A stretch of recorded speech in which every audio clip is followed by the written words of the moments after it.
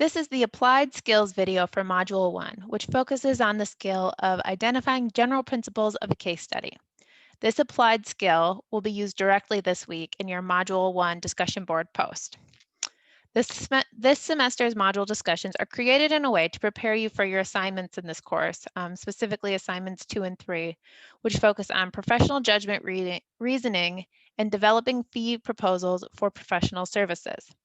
The discussions do this by using a case study approach, which utilizes ever more complex real-world situations to examine professional practice issues in depth and in detail as they evolve over time. So for this first module grouping, a case study approach immediately forces the abstract concepts as applied reasoning and judgment skills and ethics beyond the realm of theory and anchors them directly to daily events that we might encounter in practice. To increase our ability to dissect and make useful statements about complex real-world situations, throughout modules 1 through 4, we'll examine 4 different case study analysis characteristics. So those 4 different case study analysis characteristics are as follows. First, in Module 1, we'll cover general principles, which are the main issues of a case study or a situation. In Module 2, we'll talk about the specific circumstances or the details of the case. Module 3 will talk about the evolution of the case or how the situation at hand evolves over time.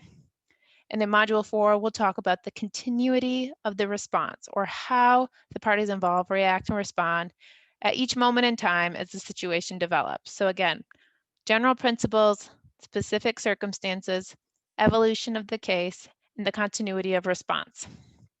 Regarding applied skills for Module 1, and in demonstrating them, the Module 1 discussion will begin this sequence by first introducing the first case study characteristic, these issues or the general principles of the case.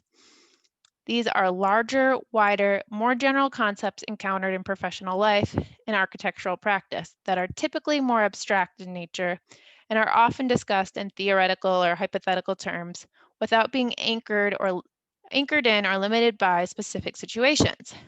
These are the principles that we hold ourselves accountable to when we talk big picture about our beliefs around the profession and practice or as a society as a whole. As a note for your discussion post, there are many of these to choose from within each of the reading topics, but you will need to name and define them for yourself as a part of demonstrating this applied skills this week in your discussion post. Module 1 also introduces the course requirements to argue the merits of both sides as a typical approach to our discussions. Identifying several sides to or perspectives on the particular case study characteristics being discussed. In the case study module, you'll need to argue the sides or perspectives to each of the issue or general principles you identify. So first you'll be defining what these general principles of the situation are, these large big picture stances you could take, and then talking about at least 2 different sides or perspectives that an individual in practice could take around these topics.